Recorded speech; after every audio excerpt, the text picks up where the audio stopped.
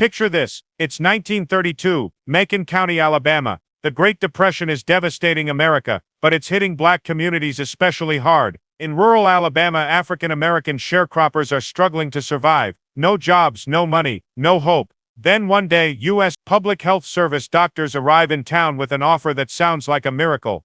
"We're here to help," they say. "We're offering free medical care, free meals, free transportation to the clinic, and when you die, we'll pay for your burial. All you have to do is participate in a medical study." The doctors tell the men they're being treated for bad blood, a local term for various ailments including syphilis, anemia, fatigue. 600 African American men sign up. They're desperate. They need medical care they can't afford. They trust these government doctors. They believe they're getting treatment. They believe they're being helped.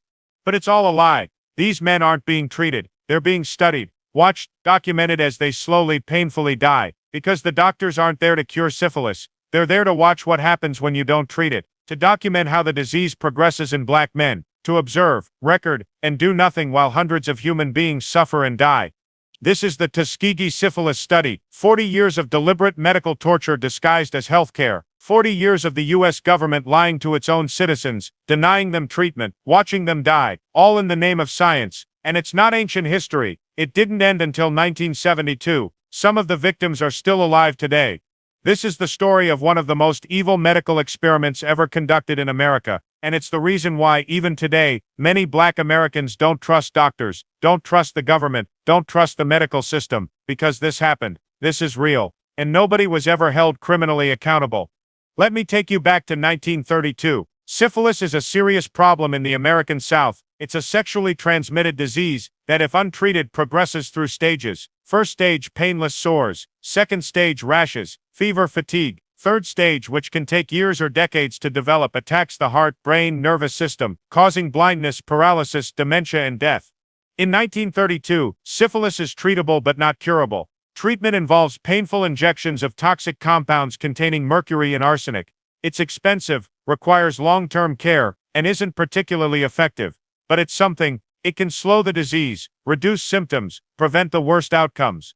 The U.S. Public Health Service, PHS, wants to study syphilis. They want to understand how the disease progresses naturally without treatment from infection to death. They've done similar studies before, but those were on white populations in Norway. Now they want data on African Americans. Why? Because of racism, plain and simple. In the 1930s, many white doctors and scientists believed black people were biologically different from white people. They believed diseases affected black bodies differently. They wanted to prove their racist theories by studying how syphilis progressed in black men versus white men. So the Public Health Service partners with the Tuskegee Institute, a prestigious black university in Alabama, and launches the Tuskegee Study of Untreated Syphilis in the Negro Male, the official justification to study the natural progression of syphilis in African Americans and eventually develop better treatment programs for black communities. But here's the evil part: they never intended to treat anyone. The entire study was designed to observe untreated syphilis from infection to death. They weren't looking for a cure. They were documenting suffering. They recruited 600 black men from Macon County, Alabama, 399 with latent syphilis infected but not showing symptoms, and 201 without syphilis as a control group. These were poor sharecroppers, many illiterate, all desperate for medical care. The doctors told them they were being treated for bad blood. They never mentioned syphilis. They never explained what the study actually was. The men were given free physical exams, free meals on examination days, free transportation to and from the clinic, and the promise of burial insurance, a huge deal for families who couldn't afford funerals. In return, they had to come in for regular checkups and allow doctors to perform various tests. But the treatment they received was fake. The doctors performed spinal taps, painful procedures where they insert a needle into your spine to extract fluid.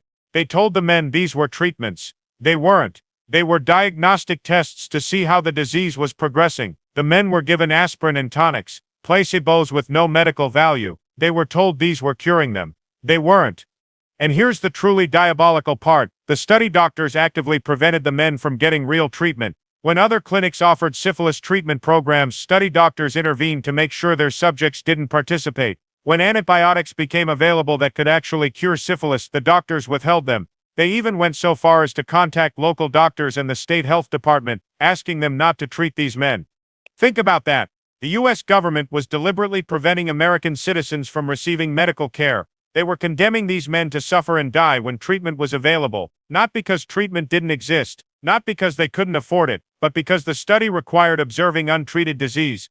During World War II, when the men were called up for military service, the study doctors pulled strings to get them exempted from the draft, because the military would have treated their syphilis. The government wanted these men sick, needed them sick, so the study could continue. The study continued year after year. Men started dying, their wives contracted syphilis, their children were born with congenital syphilis, horrible birth defects, developmental problems, blindness. The study doctors documented all of this. They published papers in medical journals describing the progression of the disease. They built their careers on this data, and they never once offered treatment.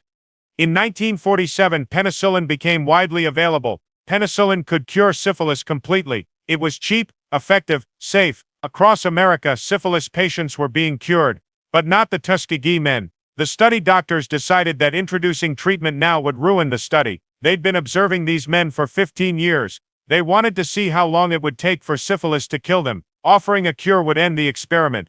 So they continued withholding treatment for 25 more years. By the 1960s, dozens of men had died directly from syphilis-related complications. More had died from conditions worsened by untreated syphilis. Wives were infected, children were born with defects. The suffering was immense, and the doctors kept watching, kept documenting, kept publishing papers. Here's what makes this even more horrifying. The men trusted these doctors. They thought they were being cared for. They believed the government was helping them. Some of the participants were proud to be part of a medical study. They didn't know they were being left to die. In 1969, a public health service investigator named Peter Buxton raised concerns internally. He'd learned about the Tuskegee study and was disturbed. He wrote to his superiors, "This study is unethical. These men should be treated. We should end this immediately." His concerns were dismissed. The study had been going on for 37 years by then. Stopping it would mean admitting it was wrong. And besides, the study had produced valuable data. Why stop now? Buxton tried again in 1972. Again he was ignored. So he did something brave. He went to the press. He contacted an Associated Press reporter named Jen Heller and told her everything. The story broke on July 25, 1972. The headline, "Syphilis Victims in U.S. Study Went Untreated for 40 Years." The public was shocked, outraged. How could this happen? How could the U.S. government do this to its own citizens? How could doctors, people who swore to first do no harm, deliberately withhold treatment and watch people suffer? Within days, the Tuskegee study was shut down. An ad hoc advisory panel was formed to investigate. Congressional hearings were held. The participants who were still alive, 74 of them, were finally offered treatment. But for many it was too late. The damage was done. Syphilis had already destroyed their bodies. The investigation revealed the full scope of the horror. By 1972, at least 28 men had died directly from syphilis. 100 more had died from syphilis-related complications. 40 wives had contracted syphilis from their infected husbands. And 19 children had been born with congenital syphilis. And these were just the documented cases. The real numbers were likely higher. The survivors and their families sued the federal government. In 1974, they reached a settlement, $10 million divided among participants and their families. It wasn't much. Most survivors received around $37,000, but more importantly, the lawsuit established that the government had violated these men's rights. But here's what's infuriating. Nobody was prosecuted. Not a single doctor, not a single administrator, not a single person who designed, approved, funded, or carried out this 40-year experiment faced criminal charges. They all kept their jobs, their pensions, their reputations. Some continued working in public health for decades. The aftermath of Tuskegee changed American medical ethics forever. In 1974, Congress passed the National Research Act, establishing institutional review boards to oversee medical experiments and requiring informed consent for all research participants. In 1979, the Belmont Report established ethical principles for medical research, respect for persons, beneficence, doing good, and justice. But the damage to trust was done. The Tuskegee study destroyed the relationship between the black community and the medical establishment. For generations, African Americans have been rightfully suspicious of doctors, medical research, and government health programs. And who can blame them? When you tell a black person, trust this vaccine or participate in this clinical trial, or see a doctor regularly, they remember Tuskegee. They remember that the U.S. government lied to black men for 40 years, watched them die, and called it science. In 1997, President Bill Clinton issued a formal apology on behalf of the United States government. He said, "The United States government did something that was wrong, deeply, profoundly, morally wrong. It was an outrage to our commitment to integrity and equality for all our citizens, to the survivors, to the wives and family members, the children and the grandchildren. I say what you know. No power on earth can give you back the lives lost, the pain suffered, the years of internal torment and anguish. What was done cannot be undone. But we can end the silence. We can stop turning our heads away. We can look at you in the eye, and finally say on behalf of the American people, what the United States government did was shameful, and I am sorry." It was a powerful apology, but it came 25 years after the study ended, 65 years after it began. Most of the victims were already dead. Today, only a handful of Tuskegee study survivors and descendants are still alive, but the legacy remains. The Tuskegee study is taught in medical schools as the ultimate example of research ethics violations. It's cited in debates about medical racism, informed consent, and government accountability. And it's invoked constantly in discussions about vaccine hesitancy in Black communities. When COVID-19 vaccines were released, many African Americans were reluctant to get them. Public health officials were frustrated. Why won't they trust the science? But the answer is obvious: because of Tuskegee. Because the government lied before, because doctors experimented on Black bodies before, because trust us has meant we'll hurt you before.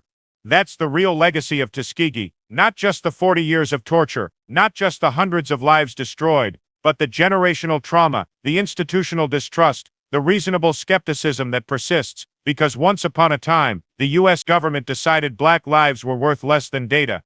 Let me be clear about what happened here. This wasn't doctors making a mistake. This wasn't an accident. This was deliberate, systematic, prolonged torture disguised as science. For 40 years, doctors watched men suffer and die when they could have been cured. They lied to them. They prevented them from getting treatment. They documented their pain like they were studying lab rats, not human beings. And it was all legal. Every year the study was reviewed and approved. Funding was renewed. Papers were published in medical journals. Nobody stopped it. Nobody said this is evil, and we need to end it. For 4 decades, the medical establishment looked at the Tuskegee study and said, this is fine. That's what makes it so horrifying. It wasn't a rogue doctor or a secret experiment. It was official U.S. government policy, approved at the highest levels, funded by taxpayer money, and accepted by the medical community. There's a direct line from the Tuskegee study to modern medical racism. The belief that Black bodies are different, that Black pain matters less, that Black lives can be sacrificed for knowledge. Those beliefs didn't die in 1972. They persist today in subtle and not so subtle ways. Studies show Black patients are less likely to receive pain medication than white patients for the same conditions. Black maternal mortality rates are 3 times higher than white maternal mortality rates. Black patients are less likely to be referred for advanced treatments. These disparities exist because of systemic racism in medicine, racism that has roots in experiments like Tuskegee. The Tuskegee study also raises uncomfortable questions about consent and power. The men who participated weren't legally coerced, but were they truly free to say no? They were poor, illiterate, desperate for medical care they couldn't afford anywhere else. When a government doctor offers you free health care in 1932 rural Alabama, can you really refuse? That's not informed consent, that's exploitation. And here's the thing that keeps me up at night. If the study hadn't been exposed in 1972, how much longer would it have continued? The doctors showed no signs of stopping. They'd been at it for 40 years, and were still publishing papers, still documenting, still refusing treatment. Would it have gone on until every single participant died? Probably. In 2016, the last known survivor of the Tuskegee study died. His name was Ernest Hendon. He was 96 years old. He'd spent his entire adult life living with the knowledge that his government had used him as a lab rat, watched him suffer and called it science. Before he died, Hendon gave interviews. He talked about how betrayed he felt when he learned the truth in 1972. They never told us what we had, he said. They just kept testing us and testing us. When I found out what they'd done, I was so angry I couldn't see straight. They treated us like we weren't even human. That's the Tuskegee study in one sentence. They treated us like we weren't even human. Because that's what this was about. Not science, not medicine, not public health. It was about dehumanization. It was about a system that saw Black men as less than human, as objects to be studied rather than people to be healed. And it happened in America, not Nazi Germany, not some distant authoritarian regime. Here, in the land of the free, under a government that claimed to value equality and justice. The Tuskegee study is a reminder that evil doesn't always look like concentration camps and mass graves. Sometimes it looks like doctors in white coats with clipboards, taking notes while people die. Sometimes it looks like bureaucrats renewing funding for research. Sometimes it looks like scientists publishing papers in medical journals. Evil can be systematic, institutional, and completely legal, and that's what makes it so dangerous. Today there's a Tuskegee History Center in Alabama that preserves the story and honors the victims. There are scholarships and programs named after the survivors. The CDC has a website dedicated to the study and its lessons. We say we've learned from Tuskegee. But have we? Medical racism still exists. Exploitation of vulnerable populations in research still happens. Trust between black communities and the medical system is still broken. The Tuskegee study didn't end in 1972. Its effects ripple through time, generation after generation, shaping how people view doctors, government, and authority. Every time a black person hesitates before seeing a doctor, Tuskegee is there. Every time someone refuses a medical trial, Tuskegee is there. Every time distrust undermines public health, Tuskegee is there. That's the real horror of Tuskegee, not just what happened to those 600 men, but what it revealed about the system, and what it continues to reveal today. Because the question isn't just how could this happen, the question is what else is happening right now that we'll look back on in 50 years with the same horror.